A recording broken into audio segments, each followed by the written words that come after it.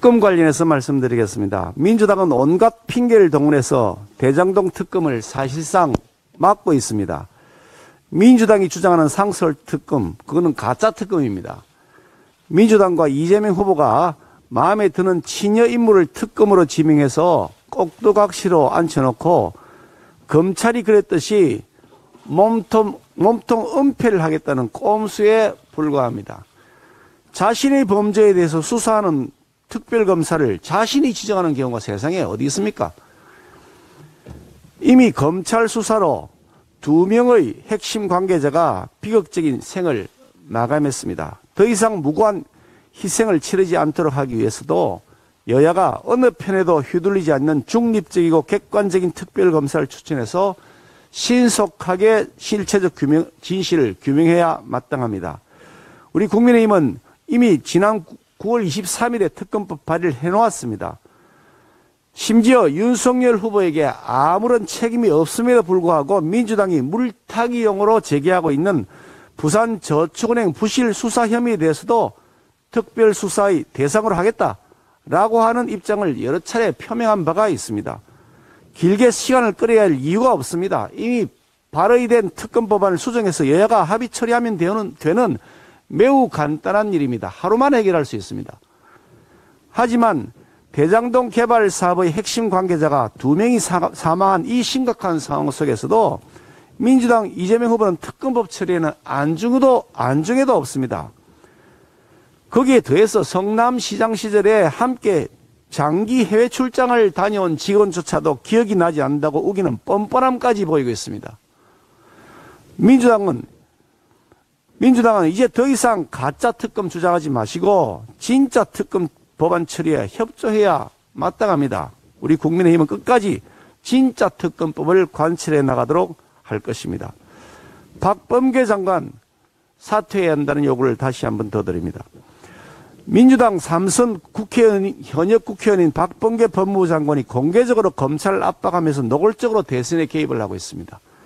민주당 등 여권이 우리 당 윤석열 후보자 배우자에 대해서 제기했던 터무니없는 의혹에 대해서 검찰이 무혐의 처분을 내릴 것으로 알려지자 언론에 나와서 합당한 결론을 내야 한다고 얘기한 것입니다. 어떻게든 제1야당 대선 후보자에게 흠집을 내서 자신의 친정인 민주당 이재명 후보에게 유리한 상황 만들기 위해서 검찰에 법무부 장관이라는 자가 가이드라인을 제시한 것으로 보입니다. 명백한 직권남용이며 선거 개입 행위입니다.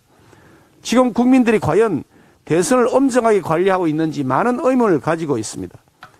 선거관리주무부수인 법무부, 행안부에 다 민주당 3선 의원 현역 의원이 들어가 있고 진성친문인사를 수장으로 앉혀놓고 있습니다. 그것도 모자라서 청와대가 대통령 추천 몫인 중앙선관위 상임위원에게 직원에 대한 인사권과 예산 집행권과 재정권까지 부여해서 선관위를 완전히 장악하겠다고 하고 있습니다. 대통령이 추천한 인사가 선관위를 장악하겠다는 것입니다.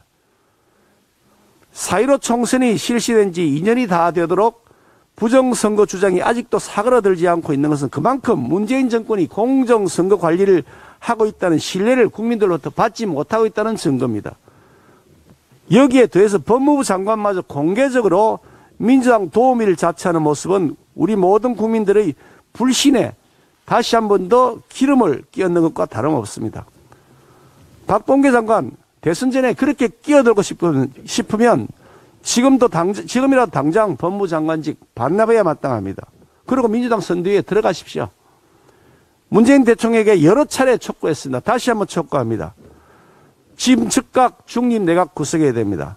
행안부 장관, 법무부 장관 즉각 사퇴시켜야 마땅합니다.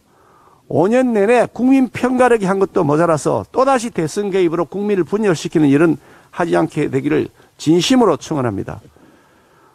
이재명 후보의 인사 관련해서 말씀드리겠습니다. 지난 8월에 이재명 당시 경기도지사가 경기도 산하기관의 상임이사에 고문치사 전과자를 임명해서 논란이 된 바가 있었습니다.